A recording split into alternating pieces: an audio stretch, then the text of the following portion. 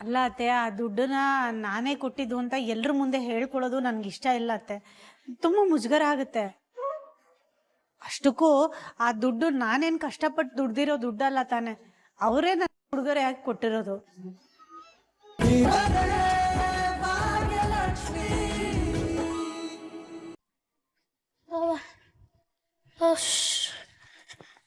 ಯಾಕೋ ಸುಸ್ತಾಯ್ತೇನೋ? ಸ್ವಲ್ಪ ಅಜ್ಜಿ. ಎಲ್ಲಿ ನೀನ್ ಬಾಕ್ಸಿಂಗ್ ಹೇಳ್ಕೊಡೋ ಸಾರು ಏನೇನ್ ಹೇಳ್ಕೊಟ್ಟ? ಏನ್ ಹೇಳ್ಕೊಟ್ರು ಒಂದು ಅರ್ಥ ಆಗಲ್ಲ ಅಜ್ಜಿ.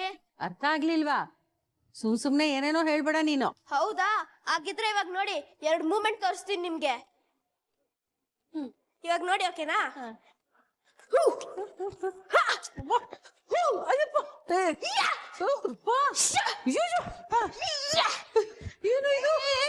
ಏನೋ ಮಾಡ್ತಿದ್ಯಾ? ಅಜ್ಜಿಗೆ ಯಾಕೋ ಕಾಟ ಕೊಡ್ತಿದ್ಯಾ?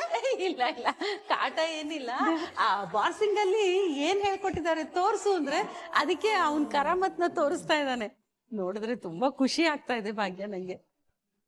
ಹಾ ಅತ್ತೆ, ಇದೇ ಆಸಕ್ತಿ ಕೊನೆ ತನಕ ಇದ್ರೆ ಸಾಕು. ಹೋಗು, ಸ್ಕೂಲಿಗೆ ರೆಡಿಯಾಗಿ ಹೋಗು.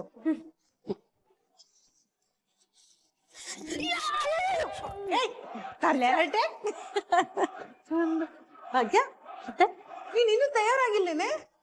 ತಯಾರಾಗದ? ಎಲ್ಲಿಗತ್ತೆ? ಇವತ್ ಆದಿ ಆಫೀಸಲ್ಲಿ ಅದೇನೋ ಕಾರ್ಯಕ್ರಮ ಇದೆ, ಹೋಗ್ಬೇಕು ಅಂತ ಹೇಳಿದ್ನಲ್ಲ.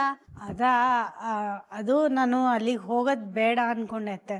ಹೋಗೋದ್ ಬೇಡ್ವಾ? ಪಾಪ ಅವ್ನ್ ಬನ್ನಿ ಅಂತ ಕರ್ದಿದ್ದಾನೆ, ಹೋಗ್ದಿದ್ರೆ ಹೇಗಾಗತ್ತೆ? ಅಲ್ಲ ಅತ್ತೆ, ಆ ದುಡ್ಡನ್ನ ನಾನೇ ಕೊಟ್ಟಿದ್ದು ಅಂತ ಎಲ್ರ ಮುಂದೆ ಹೇಳ್ಕೊಳ್ಳೋದು ನನ್ಗೆ ಇಷ್ಟ ಇಲ್ಲ ಅತ್ತೆ. ತುಂಬಾ ಮುಜುಗರ ಆಗುತ್ತೆ. ಅಷ್ಟಕ್ಕೂ ಆ ದುಡ್ಡು ನಾನೇನ್ ಕಷ್ಟಪಟ್ಟು ದುಡ್ದಿರೋ ದುಡ್ಡಲ್ಲ ತಾನೆ, ಅವರೇ ನನ್ನ ಉಡುಗೊರೆ ಹಾಕಿ ಕೊಟ್ಟಿರೋದು.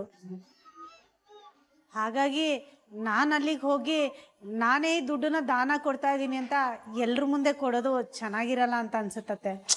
ಅದನ್ನ ಹೇಳ್ಬೇಡ ಅಂತ ಹೇಳಿದ್ರಾಯ್ತು. ಹಾಗಂತ ನೀನ್ ಕಾರ್ಯಕ್ರಮಕ್ಕೆ ಹೋಗದೆ ಇದ್ರೆ ತಪ್ಪಾಗತ್ತೆ ಭಾಗ್ಯ. ನಿನಗೆ ಗೊತ್ತು, ಅವತ್ತು ನಾ ಮಾತು ಕೊಟ್ಟಿದ್ದೀನಿ ನಿನ್ನನ್ನು ಕಳಿಸ್ಕೊಡ್ತೀನಿ ಅಂತ.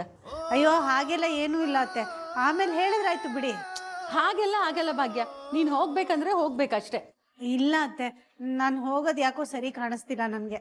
ದಯವಿಟ್ಟು ನನಗೆ ಒತ್ತಾಯ ಮಾಡಬೇಡಿ ಅತ್ತೆ. ನೀನ್ ಹೋಗೋ ತರ ಹೇಗ್ ಮಾಡ್ಬೇಕು ಅಂತ ನನಗೆ ಚೆನ್ನಾಗಿ ಗೊತ್ತಿದೆ. ಅತ್ತೆ, ಏನ್ ಮಾಡ್ತಿದ್ದೀರಿ?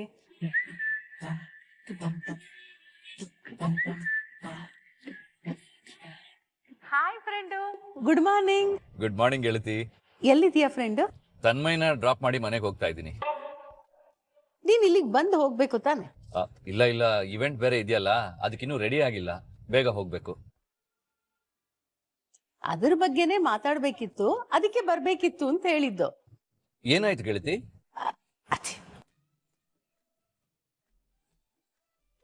ಹೇಳಿ ಗೆಳತಿ, ಏನಾಯ್ತು? ಅದು ಅದೇ ಭಾಗ್ಯ ಅಲ್ಲಿಗೆ ಬರಲ್ಲ ಅಂತ ಹೇಳ್ತಿದ್ದಾಳೆ. ವಾಟ್? ಬರಲ್ಲ ಅಂತನಾ? ಯಾಕೆ? ಅದೇನೋ ದುಡ್ಡು ಅವಳು ದಾನ ಮಾಡ್ತಿದ್ದಾಳೆ ಅಂತ 4 ಜನದ ಮುಂದೆ ಹೇಳ್ಕೊಳ್ಳೋದು ಅವಳಿಗೆ ಇಷ್ಟ ಆಗಲ್ವಂತೆ. ಅಷ್ಟಕ್ಕೂ ನಾನ್ ಕಷ್ಟಪಟ್ಟು ದುಡ್ದಿರೋ ದುಡ್ಡು ಅಲ್ಲ, ಅದು ಉಡುಗೊರೆಯಾಗಿ ಸಿಕ್ಕಿರೋದಲ್ವಾ ಅಂತ ಏನೇನೋ ಸಬೂಬು ಹೇಳ್ತಿದ್ದಾಳೆ. ಗೆಳತಿ, ಫೋನ್ನ ಸ್ಪೀಕರ್ ಎಲ್ಲ ಹಾಕ್ತೀರಾ? ಸ್ಪೀಕರ್ ಅಲ್ಲೇ ಇದೆಯಾ, ಮಾತಾಡು. ಏನ್ ಭಾಗ್ಯ, ಹೀಗೆಲ್ಲ ಹೇಳಿದ್ರ? ಅಷ್ಟೆಲ್ಲ ಮನಸಾರೆ ನಿಮ್ಗೆ ಗೌರವ ಕೊಟ್ಟು ಕರೆದ ಮೇಲೂ ನೀವು ಬರಲ್ಲ ಅಂತ ಹೇಳ್ತಾ ಇದೀರಂತಲ್ಲ, ಏನ್ ಹೇಳೋಣ ನಿಮ್ಗೆ? ಅಯ್ಯೋ ಆದಿಯವ್ರೆ, ನೀವು ತಪ್ಪು ತಿಳ್ಕೊಬೇಡಿ. ನಾನು ಹೀಗೆ ಸುಮ್ಮನೆ ಅತ್ತೆ ಹತ್ರ ತಮಾಷೆ ಮಾಡ್ತಿದ್ದೆ ಅಷ್ಟೇ.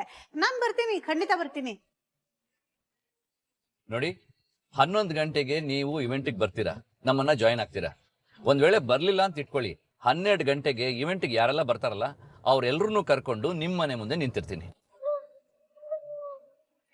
ನಿಮ್ ಮನೆ ಮುಂದೆನೆ ಇವೆಂಟ್ ಮಾಡೋಣ, ಸರಿನಾ? ಅಯ್ಯೋ, ಹಾಗೆಲ್ಲ ಏನು ಮಾಡಕ್ ಹೋಗ್ಬಿಡಿ. ನಾನು ಬರ್ತೀನಿ, ಖಂಡಿತ ಬರ್ತೀನಿ, ಪಕ್ಕ. That's good.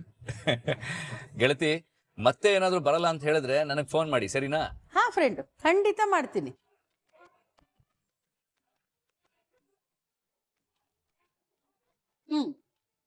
ಈಗ ಹೋಗ್ತೀಯೋ ಇಲ್ವೋ ತಯಾರಾಗಿ? ಅತ್ತೆ, ತುಂಬಾ ಮೋಸ ಅತ್ತೆ. ನೀವ್ ಯಾಕೆ ಅವ್ರಿಗೆ ಫೋನ್ ಮಾಡಕ್ ಹೋದ್ರಿ ಈಗ? ಇನ್ನೇನ್ ಮಾಡ್ಲಿ, ನಾ ಹೇಳಿದ ತಕ್ಷಣ ನೀ ಕೇಳಲಿಲ್ವೇ? ಅಲ್ಲ ಅತ್ತೆ, ಅರ್ಥ ಮಾಡ್ಕೊಳ್ಳಿ, ಅಲ್ಲಿ ಹೋಗೋದು ಸರಿ ಆಗಲ್ಲ ಅತ್ತೆ. ಸರಿ ಹೋಗಲ್ಲ ಅಂದ್ರೆ ಹೋಗ್ಬೇಡ ಬಿಡು. ಗೊತ್ತಲ್ಲ ನೀ ಹೋಗ್ದಿದ್ರೆ ಆದಿ ಏನ್ ಮಾಡ್ತಾನೆ ಅಂತ. ಈಗ ತಾನೇ ಹೇಳಿದ್ನಲ್ಲ, ಎಲ್ಲಾರು ಮನೆ ಮುಂದೆ ಬರ್ತಾರೆ. ಅಯ್ಯೋ ಬೇಡ ಬೇಡ, ಹಾಗೆಲ್ಲ ಆಗೋದ್ ಬೇಡ. ಹೋಗ್ತೀನಂತೆ, ಹೋಗ್ತೀನಿ. ಹಾಗಿದ್ರೆ ಬೇಗ ತಯಾರಾಗಿ ಬಾ, ಹೋಗು. ಸರಿ ಅತ್ತೆ, ನಾನು ತಯಾರಾಗ್ತೀನಿ. ನೀವು? ನಾನೇ ಯಾಕೆ ಬರ್ಲಿ? ನಾನಾ? ಖಂಡಿತ ಬರಲ್ಲ. ಅದ್ ಹೇಗಾಗತ್ತೆ? ನನ್ನನ್ನು ಕರ್ಕೊಂಡು ಹೋಗ್ತೀನಿ ಅಂತ ಆದಿಯವ್ರಿಗೆ ಮಾತು ಕೊಟ್ಬಿಟ್ಟು ಇವಾಗ ಬರಲ್ಲ ಅಂದ್ರೆ ಹೇಗೆ? ನಾನು ಹಾಗೆ ಹೇಳಲೇ ಇಲ್ಲ. ಅಯ್ಯೋ, ನಾ ಹೇಳಿದ್ದು ನೀ ಬರಲ್ಲ ಅಂತ ಹಠ ಮಾಡಿದ್ರೆ ನಾನ್ ಕರ್ಕೊಂಡ್ ಬರ್ತೀನಿ ಅಂತ. ಓ. ಈಗ ನೀನಾಗೆ ಒಪ್ಕೊಂಡಿಯಲ್ಲ ನಾ ಬರ್ತೀನಿ ಅಂತ, ಇನ್ ನಾನ್ ಏನಕ್ ಬರ್ಬೇಕು? ನೀ ಹೊರಡು. ಅತ್ತೆ ಹೀಗ್ ಗಳಿಗೆಗೊಂದು ಮಾತಾಡಿದ್ರೆ ಸರಿ ಹೋಗಲ್ಲ, ನೀವು ಬರ್ಲೇಬೇಕು ಅಷ್ಟೇ. ನಾ ಬರಲ್ಲ ಭಾಗ್ಯ. ಓ ಹೌದಾ ಅತ್ತೆ, ನೀವು ಬರಲ್ವಾ? ಸರಿ ಬಿಡಿ, ನನ್ನ ಹತ್ರನೂ ಆದಿಯವ್ರ ನಂಬರ್ ಇದೆ, ಫೋನ್ ಮಾಡ್ತೀನಿ. ಬೇಡ ಬೇಡ ಬೇಡ ತಾಯಿ, ನಾ ಬರ್ತೀನಿ. ಇದಿಷ್ಟು ಕೆಲಸ ಮುಗಿಸ್ಬಿಟ್ಟು ತಯಾರಾಗಿ ಬರ್ತೀನಿ. ನೀನ್ ಹೋಗಿ ತಯಾರಾಗು. ಅದು ಕವರಲ್ಲಿ ಹಾಕಿಡಿ, ಅರ್ಜೆಂಟ್ ಏನಿಲ್ಲ.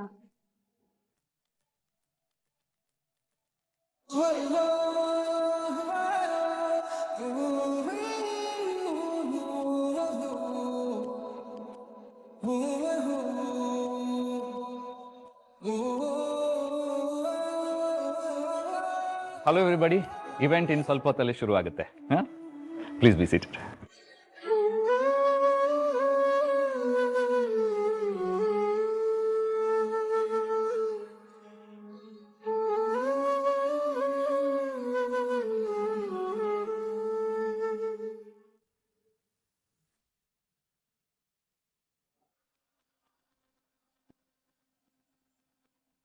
ವಾಹ್, ಏನು ಇಷ್ಟು ಗ್ರ್ಯಾಂಡಾಗೆಲ್ಲ ಡೆಕೋರೇಟ್ ಮಾಡಿದ್ದಾರೆ.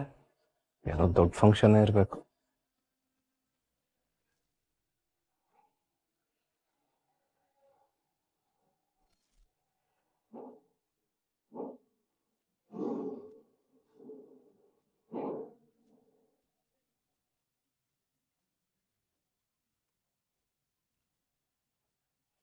ಓ ಮೈ ಗಾಡ್, ಈ ಮನುಷ್ಯನು ಬಂದಿದ್ದಾರಾ?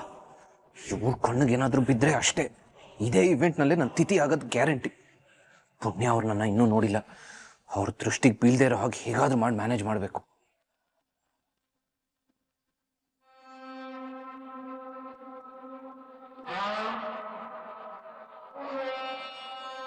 ಇಡೀ ಕಾಮತ್ ಫ್ಯಾಮಿಲಿನೇ ಬಂದಿದೆ. ದೊಡ್ಡವರೆಲ್ಲರೂ ಇದ್ದಾರೆ. ಅಂದರೆ ಇದು ಯಾವುದೋ ದೊಡ್ಡ ಇವೆಂಟೇ ಇರಬೇಕು. ಅದು ಏನಾದರೂ ಆಗಲಿ, ಇವ್ರ ಕಣ್ಣಿಗೆ ಮಾತ್ರ ನಾನು ಕಾಣಿಸ್ಕೋಬಾರ್ದು. ನಾನಲ್ಲ ಬ್ರದರ್, ಏನಾಯ್ತು? ಅಯ್ಯೋ ಏನಿಲ್ಲ ಬ್ರದರ್, ಅದು ಸಡನ್ ಬಂದ್ಬಿಟ್ಟು ಕೈ ಇಟ್ರಲ್ಲ, ಗಾಬರಿ ಆಗ್ಬಿಟ್ಟೆ. ಹೌದಾ, ಸಾರಿ. ಇವೆಂಟ್ ಎಲ್ಲ ರೆಡಿ ಇದೆ ಬ್ರದರ್. ಚೀಫ್ ಗೆಸ್ಟ್ಗೋಸ್ಕರ ಕಾಯ್ತಾ ಇದೀವಿ. ಅವ್ರು ಬಂದ ತಕ್ಷಣನೇ ಇವೆಂಟ್ ಶುರು ಮಾಡ್ತೀವಿ. ಪರವಾಗಿಲ್ಲ ಬ್ರದರ್, ವೇಟ್ ಮಾಡೋಣ, ಅದಕ್ಕೇನಂತೆ. ಯಾರು ಬ್ರದರ್ ಸ್ಪೆಷಲ್ ಗೆಸ್ಟು? ಯಾರೋ ತುಂಬಾ ಸ್ಪೆಷಲ್ ಆಗಿರೋರೇ ಬರ್ತಿದ್ದಾರೆ ಅಂತ ಅನ್ಸ್ತಿದೆ. ಈ ಸ್ಪೆಷಲ್ ಆಗಿರೋರೆಲ್ಲ ಒಂಥರ ಲೇಟ್ ಆಗೇ ಅಲ್ವಾ ಬರೋದು? ಯಾರು ಬ್ರದರ್, VIP ನ ಯಾರು ಬರ್ತಿದ್ದಾರೆ?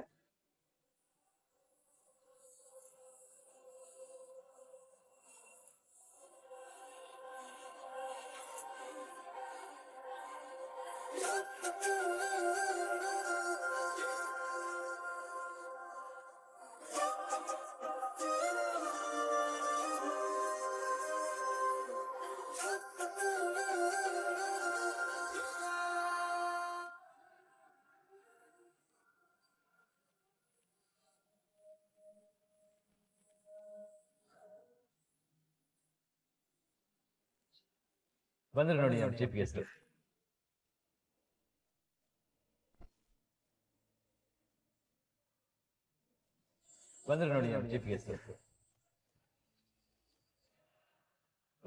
ಜಸ್ಟ್ ಮಿನಿಟ್, ಬಂದೆ. Excuse me.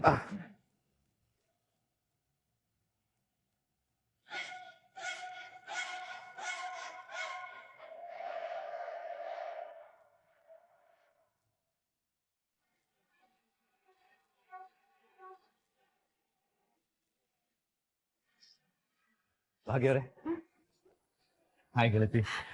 ಇವೆಂಟ್ ಇನ್ನೇನು ಶುರು ಆಗುತ್ತೆ, ಬನ್ನಿ ಕೂತ್ಕೊಳ್ಳಿ. ಆದಿ ಬ್ರದರ್ ಹೇಳಿದ ಸ್ಪೆಷಲ್ ಗೆಸ್ಟ್ ಭಾಗ್ಯನ. ಛೇ, ಯಾಕೆ ಸಂಭ್ರಮಕ್ಕೆ ಇವಳನ್ನ ಇಲ್ಲಿಗೆ ಕರ್ಸಿದ್ರು? ಮೊದಲೇ ಗೊತ್ತಿದ್ದಿದ್ರೆ ಈ ಕಡೆ ತಲೆನೂ ಹಾಕ್ತಿರ್ಲಿಲ್ಲ ನಾನು.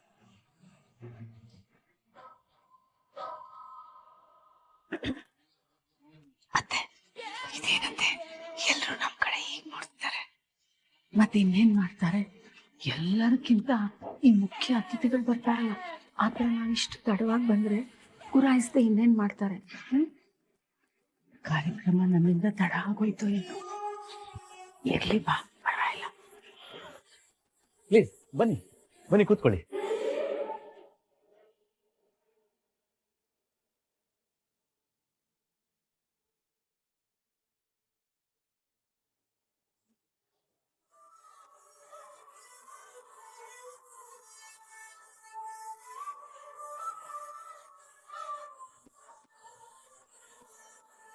ನಮಸ್ಕಾರ ಮಾವ.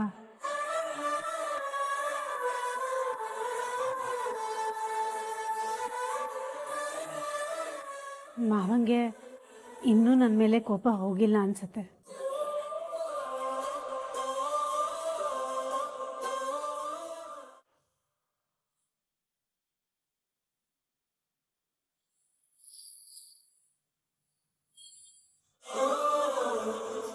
ಎಲ್ರಿಗೂ ನಮಸ್ಕಾರ.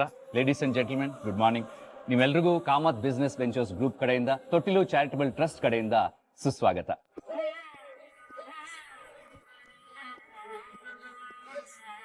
ನಿಮ್ಮೆಲ್ಲರೂ ಒಟ್ಟಿಗೆ ಈ ರೀತಿ ನೋಡಿ ತುಂಬಾ ದಿನಗಳೇ ಆಗೋಗಿದ್ವು. ನಮ್ಮ ಕುಟುಂಬನ ಈ ರೀತಿ ಒಟ್ಟಿಗೆ ನೋಡೋದಕ್ಕೆ ನನ್ಗೆ ತುಂಬಾ ಖುಷಿ ಆಗ್ತಾ ಇದೆ.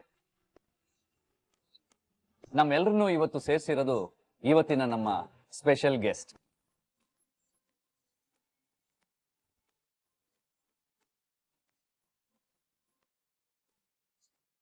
ನೋಡಿ, ನಾವು ಹೊಟ್ಟೆ ತುಂಬಾ ತಿಂದ ಮೇಲೆ ಅನ್ನ ಹೆಚ್ಚಿಗೆ ಇರುವಾಗ ದಾನ ಮಾಡೋದು ದೊಡ್ಡ ವಿಷಯ ಅಲ್ವೇ ಅಲ್ಲ. ಆದ್ರೆ ನಾವೇ ಹಸ್ಕೊಂಡಿರುವಾಗ ನಮ್ಮ ತಟ್ಟೆಯಲ್ಲಿರೋ ಅನ್ನನ ಇನ್ನೊಬ್ಬರಿಗೆ ದಾನ ಮಾಡೋದಿದೆಯಲ್ಲ, ಅದು ನಿಜವಾದ ತ್ಯಾಗ.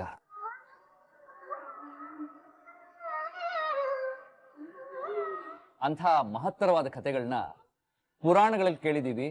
ಈ ಕಾಲದಲ್ಲಿ ಅಂಥವ್ರೆಲ್ಲ ಎಲ್ಲಿದ್ದಾರೆ ಅಂತ ನಮಗ್ ನಾವೇ ಅಂದ್ಕೊಂಡ್ಬಿಟ್ಟಿದೀವಿ. ಆದ್ರೆ ಅದು ಸುಳ್ಳು. ಇವತ್ತಿಗೂ ಒಳ್ಳೆತನ ಇದೆ. ಇವತ್ತಿಗೂ ಒಳ್ಳೆಯವರು ನಮ್ಮ ಮಧ್ಯೆನೇ ಇದ್ದಾರೆ. ಅದಕ್ಕೆ ಉದಾಹರಣೆನೇ ಇವತ್ತಿನ ನಮ್ಮ ಸ್ಪೆಷಲ್ ಗೆಸ್ಟ್.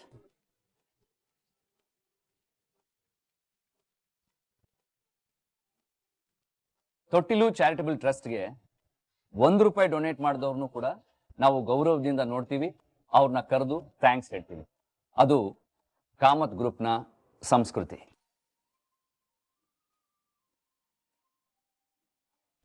ನಮ್ಮ ಟ್ರಸ್ಟ್ಗೆ ದೇಶ ವಿದೇಶಗಳಿಂದ ಡೊನೇಟ್ ಮಾಡಿದ್ದಾರೆ. ಆದ್ರೆ ಇತ್ತೀಚೆಗೆ ಒಬ್ಬ ಸ್ಪೆಷಲ್ ಡೋನರ್ ನಮ್ಮ ಟ್ರಸ್ಟ್ಗೆ 25 ಲಕ್ಷ ಡೊನೇಟ್ ಮಾಡಿದ್ದಾರೆ. ಅದು ಇದುವರೆಗೆ ನಮಗೆ ಬಂದಿರುವಂತ ಹೈಯೆಸ್ಟ್ ಅಮೌಂಟ್ ಡೊನೇಟ್.